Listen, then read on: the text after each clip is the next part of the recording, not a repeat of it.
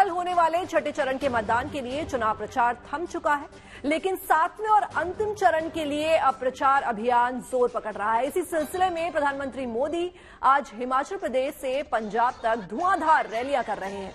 PM Modi आज सबसे पहले हिमाचल की राजधानी शिमला पहुंचे हैं, जहां वो रैली करेंगे। वहीं वो आज दोपहर बाद 1:15 बजे मंडी में चुनाव प्रचार करने जा रहे हैं, जहां से एक्ट्रेस कंगना रनौत बीजेपी उम्मीदवार हैं। दोपहर बाद 3:30 बजे दिन में पीएम पंजाब के गुरदासपुर में रैली करेंगे और शाम 5:30 बजे पीएम मोदी जालंधर में होंगे।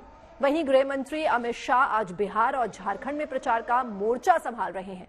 अमित शाह की आज पहली रैली आरा में है, जहां से केंद्रीय मंत्री आर.के. सिंह उम्मीदवार हैं। फिर वो 2:30 बजे दिन में झारखंड के दुमका लोकसभा क्षेत्र में और शाम 4 बजे गोड्डा लोकसभा क्षेत्र में रैलियां करने वाले हैं। वहीं महागठबंधन इंडी के बड़े नेता मल्लिकार्जुन खड़गे, तेजस्वी यादव, चंपई सोरेन और कल्पना सोरेन भी आज झारखंड के देवघर में चुनावी जनसभा को संबोधित करेंगे। हिमाचल प्रदेश की मंडी से बीजेपी उम्मीदवार कंगना रनौत के चुनाव प्रचार के लिए आज खुद प्रधानमंत्री मोदी मंडी पहुंच रहे हैं। इससे पहले कंगना भगवान की शरण में नजर आई। कंगना ने कुल्लू में बिजली महादेव के दर्शन किए। उन्होंने भगवान की पूजा अर्चना की और लोकसभा चुनाव में जीत का आशीर्वाद मांगा। कंगना रनौत इन दिनों चुनावी रण में प्रचार में जुटी हैं, ताकि भारी मतों से उन्हें जीत मिल सके। इसलिए वो जनता के बीच जाने के साथ साथ भगवान के दरबार में भी लगातार हाजिरी लगा रही हैं। इसी दरमियान कंगना कुल्लू की खराहाल घाटी में पहाड़ की चोटी पर स्थित भगवान बिजली महादेव के दर्शन के लिए मंदिर पहुंची। कंगना ने भगवान के दर्शन के बाद कहा कि हिमाचल में धार्मिक पर्यटन को बढ़ावा देने की जरूरत भी है।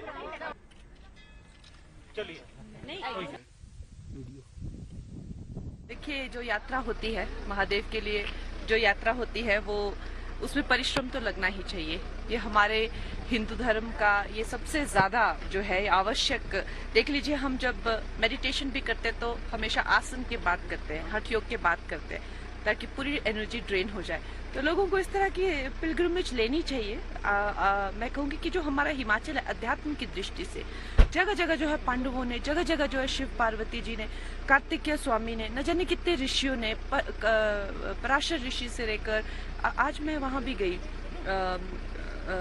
रोवालसर में मैं जो है लोमत ऋषि के मंदिर में गई। तो ऐसे हमारे यहाँ पे न जाने कितने जो है वो आध्यात्मिक पर्यटन के करके हिमाचल में आध्यात्मिक पर्यटन को भी हम बढ़ावा देंगे। और भी हम लोग चाहते हैं कि योग की दृष्टि से यहाँ पर लोग आए, योग में जाएं, ना कि सिर्फ ताजी हवा, लेकिन मन की शांति को जो है वो पाए। तो कंगना रनौत चुनाव जीतने के लिए एड़ी चोटी का जोर लगा रही हैं, जबकि उनके प्रतिद्वंदी कांग्रेस उम्मीदवार विक्रमादित्य सिंह उन पर हमला बोलने का कोई मौका नहीं छोड़ रहे। आपको दिखाते हैं एक खास बातचीत में विक्रमादित्य ने कंगना के बारे में क्या कुछ कहा। कंगना रनावत ने एक बार फिर आप पर साधा है निशाना, और खास तौर पे बात करें जिस तरह से उन्होंने कहा है कि भाई अगर आप अपने माता पिता का नाम नहीं यूज करें, लेगेसी की बात नहीं करें, आपकी तो जमानत जब्त हो जाए। देखिए, उनके बारे में, मैं मोहतरमा के बारे में मैं क्या कह सकता हूँ। वो जितना कहती हैं, जितना बयानबाजी करती है, उतना मुझे राजनीतिक फायदा रोज होता है। मैंने तो कहा है, मेरी सबसे बड़ी स्टार प्रचारक अगर कोई है तो वो कंगना रनौत है, क्योंकि उनके मुंह से निकला हुआ हर शब्द मेरे फेवर में जा रहा है। और जहां तक वो ये बात कर रही हैं, वो मेरे पिताजी के साथ साथ प्रदेश के मुख्यमंत्री रहे हैं, कांग्रेस पार्टी के नेता रहे हैं। कांग्रेस पार्टी ने हिमाचल के अंदर अभूतपूर्व विकास किया है, ने काम किया है। उन काम के बेसिस पे हम वोट मांग रहे हैं। अब मैं यही चीज अगर उनसे पूछूं कि आप एक दिन मोदी जी का नाम ना लें और केवल अपने जो है फेस के ऊपर वोट मांगे, तो उनको अपने परिवार के वोट भी नहीं पड़ेंगे, मैं ये भी कह सकता हूँ। पर आपने ये बैटल आगे बढ़ाई है क्योंकि लीगल नोटिस दे डाला है कांग्रेस पार्टी ने, तो किस तरह से आप देख रहे हैं? डेफेमेटरी नोटिस है, लीगल नोटिस? देखिए, अगर इस तरीके की भाषा का प्रयोग करेगी, मैं पहला चुनाव तो लड़ नहीं रहा हूँ, पहले भी मैंने 2 चुनाव लड़े हैं और हमारे परिवार ने बहुत से चुनाव हिमाचल में लड़े हैं। इस तरीके की भाषा का, शब्दावली का प्रयोग आज तक नहीं हुआ। ठीक है, राजनीतिक एनिमोसिटी रहती है, लड़ाई रहती है, विचारों का आदान प्रदान होता है, मगर इस तरीके की भाषा शैली, और वो भी एक महिला द्वारा, that is the most surprising thing. तो वो हमारे लिए, हमारे कल्चर में, हिमाचल के कल्चर में इस तरीके की चीजें नहीं है। मुझे तो ये समझ नहीं आता कि जयराम जी जो उनके साथ खड़े रहते हैं, पूर्व मुख्यमंत्री है, मैं तो उनको बेचारे, क्योंकि बहुत शरीफ आदमी है, बहुत अच्छे आदमी है, ठीक है, हमारा राजनीतिक उनके साथ मतभेद है, बट एज ए इंडिविजुअल एक अच्छे आदमी, मैं उनका बहुत मान सम्मान करता हूँ। मैं तो ये समझता हूँ कि वो कैसे झेलते हैं इनको। वो सोचते होंगे मन में कि मैंने क्या पंगा ले लिया, ऐसी लेडी को टिकट देकर जिसके मुंह पर जो है वो कोई कंट्रोल ही नहीं है, और उनको एम्बैरेस कर देते हैं। और कहती है मैं हिमाचल की बेटी हूँ, ऊपर से ब्रांड एम्बेसडर के लिए 45 लाख रुपए पर डे गवर्नमेंट से चार्ज कर रही है। तो ये ड्यूल कैरेक्टर नहीं है तो और क्या है। अब कंगना रनावत को पूरी तरह से वापस फिल्म इंडस्ट्री में भेजने के लिए तैयार है? हाँ बिल्कुल, वो वापस जाएंगी। और वहाँ पे अब तो वो जो एक कॉमेडियन है कपिल शर्मा, उनको कंपटीशन दे रही हैं। जिस तरीके की उन्होंने यहाँ पे जो चुनावों में बयानबाजी करी है तो लोग हंस हंस के लोटपोट हो गए हैं। तो मेरे को लग रहा है कि जो असली कंपटीशन है कंगना जी का, वो मेरे साथ नहीं है, वो कपिल शर्मा जी के साथ है। तो ऐसा ना हो कि उनको वापस जाकर comedy show with Kapil Sharma की जगह comedy show with Kangana Ranaut आने वाले समय में शुरू करना पड़े। ये हालात आज यहाँ पे प्रदेश में बन चुकी है। लोकसभा चुनाव में बिहार पर पूरे देश की नजर है। इसको लेकर यहां रोमांचक मुकाबला देखने को मिल रहा है। बयानबाजियों में तुकबंदियों का बोलबाला है और तुकबंदी से विरोधियों की नाकाबंदी की जा रही है। लेकिन जनता सब देख रही है, वो नादान बिल्कुल नहीं है, क्योंकि जनता जो है वो सब जानती है।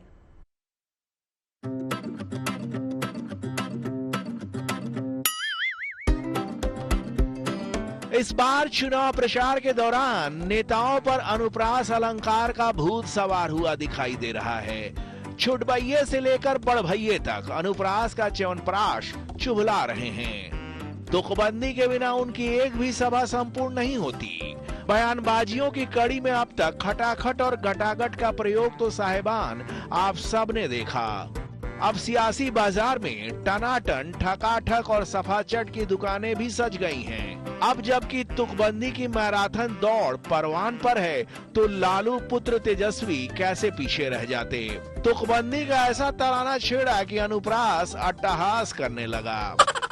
दरअसल तेजस्वी को ये आकाशवाणी हुई है कि बिहार में बीजेपी और जेडीयू की हालत खस्ता है और इसी खस्ते हालत को मुलायम करने के लिए पीएम मोदी और अमित शाह बार बार बिहार की दौड़ लगा रहे हैं।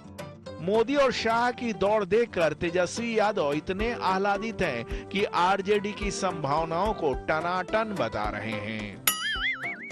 हम तो लगातार कहते हैं माहौल टनाटन टनाटन टनाटन, नौकरी मिले फटाफट फटाफट फटाफट, महिलाओं के खाते में 1 लाख रुपया जाए खटाखट खटाखट खटाखट, और बीजेपी हो गया सफाचट सफाचट सफाचट, और इंडिया महागठबंधन को वोट पड़े ठकाठक ठकाठक ठकाठक। तो माहौल बहुत बढ़िया है, लोगों का प्यार आशीर्वाद हम लोगों को मिल रहा है और हम लोग 300 पार हो चुके हैं। अब तेजस्वी भैया ने बीजेपी को घेरा तो इसी अति आत्मविश्वास में उन्होंने चिराग पासवान को हार की अग्रिम बधाई भी दे डाली।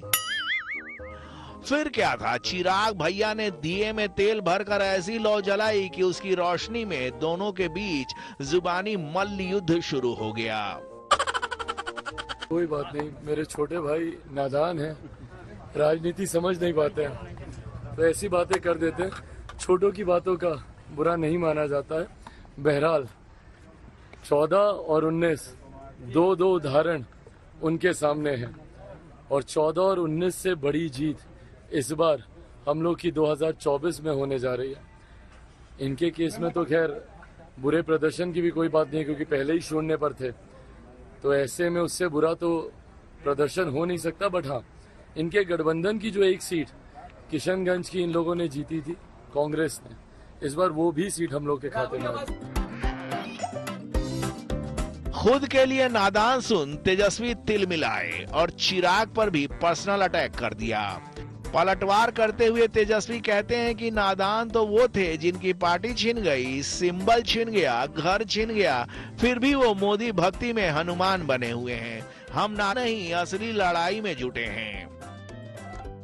नादानी तो वो होती है जिसकी पार्टी छीन ली गई, जिसके पार्टी को तोड़ दिया, जिसके पिता को बेइज्जत किया गया, क्या क्या नहीं कहा गया, जिसके घर को छीन लिया, जिसके चुनाव चिन्ह को छीन लिया, फिर भी वहाँ हनुमान बने, तो हो सकता है वो बड़ा अच्छा काम कर। चिराग जी के बारे में अब हम क्या बोलें, बड़े भाई हैं, हमको बोलना भी ठीक नहीं लगता।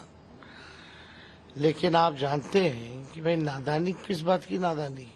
संविधान, लोकतंत्र, आरक्षण बचाने के लिए, देश को बनाने के लिए, बेरोजगारी से आजादी पाने के लिए, गरीबी और महंगाई से आजादी पाने के लिए अकेले सभी लोगों से लड़ रहे हैं हम, ताकि लोगों को नौकरी मिले, रोजगार मिले, देश का संविधान सुरक्षित रहे। और डबल सेंचुरी आज अगर मिला ले तो लगभग 212 सभाएं हमने की है। तो ये नादानी वाली बात है। अगर हम मेहनत कर रहे हैं, लोगों के बीच जा रहे हैं, तो ये नादानी नहीं है। यही असली लड़ाई है और यही समय की जरूरत है।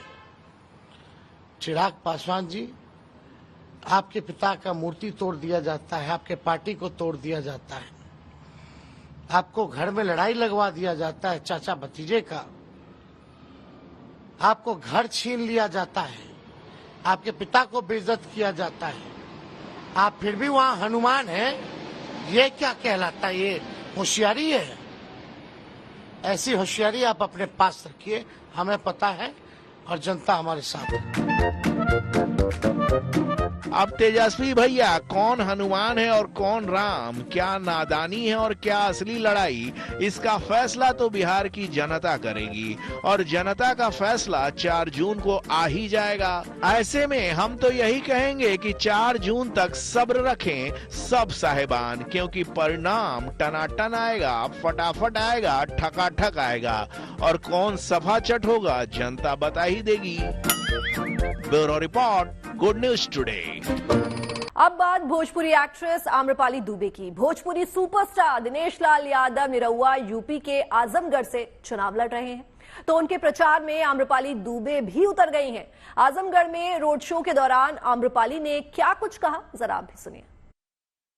सब देख सकते हैं, पूरा आजमगढ़ भगवा में हो गया है और सब जगह कमल का फूल दिख रहा है, पूरे आजमगढ़ में कमल खिल रहा है, बस इसी बात की खुशी है। निरहुआ जी के समर्थन में मध्य प्रदेश के मुख्यमंत्री मोहन यादव, आम्रपाली दुबे हैं, वो खुद सिनेमा के बड़े स्टार हैं, इतने दिग्गज एक साथ जमा हो रहे हैं, क्या धर्मेंद्र यादव के लिए बड़ी चुनौती है? बड़ी चुनौती, बहुत बड़ी चुनौती है। जो लोग समझते थे गढ़ है गढ़ है, अब वो सब बात खत्म हो गया। अब आजमगढ़ विकास का गढ़ है। मूड क्या है पूर्वांचल का? जो पूरा जो भोजपुरी क्षेत्र है ये पूर्वांचल का, इसका मूड आपको क्या लग रहा है? पूरा पूर्वांचल मोदी जी के समर्थन में है। कितनी सीट आ जाएगी मोदी जी को? जितनी आएगी उन्हीं की आएगी, हमको तो लगता है। 400 पार का नारा दे रहे हैं? बिल्कुल 400 पार होगा एनडीए, इसमें कोई शक नहीं। दिल्ली में कल वोटिंग होनी है, उससे पहले दिल्ली वालों के लिए, दिल्ली के वोटर्स के लिए एक गुड न्यूज है। दिल्ली में वोटिंग को प्रोत्साहित करने के लिए बहुत सी दुकानों में, बाजारों में, रेस्टोरेंट्स में, पार्लर्स में और सैलून में डिस्काउंट ऑफर का ऐलान किया गया है। मार्केट एसोसिएशन और होटल्स और रेस्टोरेंट की ओर से लोगों को ज्यादा से ज्यादा वोटिंग के लिए प्रोत्साहित करने के मकसद से ये कदम उठाया गया है। आप अपने टीवी स्क्रीन पर देख सकते हैं कल वोट करने पर दिल्ली में आपको कहां-कहां डिस्काउंट्स का फायदा मिलेगा। रिपोर्ट्स के मुताबिक दिल्ली में वोटिंग पर कई रेस्टोरेंट्स में खाने पर डिस्काउंट ऑफर किया गया है। ऐसे 171 रेस्टोरेंट्स और होटल्स हैं जिन्होंने वोटर्स को मतदान करने पर छूट देने की घोषणा की है। इनमें कई नामी रेस्टोरेंट्स शामिल हैं। मसलन KFC ने वोट देने पर लावा केक फ्री में देने की घोषणा की है। जी हां, टाको बेल ने फ्री टैको और पेप्सी जो है वो ब्लैक देने का ऑफर दिया है, जबकि पिंड बलूची ने खाने पीने पर 20% छूट की घोषणा की है। वहीं जोमैटो, स्विगी ने भी खाने के बिल पर डिस्काउंट देने का ऐलान किया है। हालांकि डिस्काउंट लेने के लिए कुछ शर्तों का भी आपको पालन करना होगा। जो लोग डिस्काउंट लेना चाहते हैं उन्हें वोट देने का सबूत यानी स्याही लगी उंगली दिखानी पड़ेगी। साथ ही अपना वोटर आई कार्ड भी आपको दिखाना होगा। सिर्फ रेस्टोरेंट्स में ही नहीं बल्कि वोटिंग करने वाली महिलाओं को कुछ पार्लर्स में भी डिस्काउंट मिलेगा। वहीं बाजारों में भी खरीदारी पर 25% तक जो है वो आपको डिस्काउंट मिल सकता है। दिल्ली के 50 से ज्यादा बाजारों में वोटिंग करने वालों को खरीदारी पर छूट देने का फैसला किया गया है।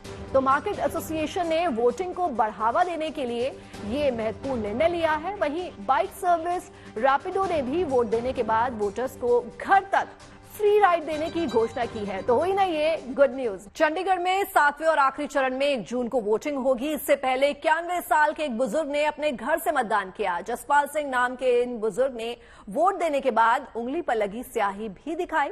असल में चुनाव आयोग ने लोकसभा चुनाव में पहली बार बुजुर्गों और दिव्यांगों के लिए घर पर मतदान की सुविधा प्रदान की है। इसके तहत 85 वर्ष से अधिक आयु के मतदाता और दिव्यांगजन घर से मतदान करके जो है वो इस सुविधा का लाभ उठा सकते हैं।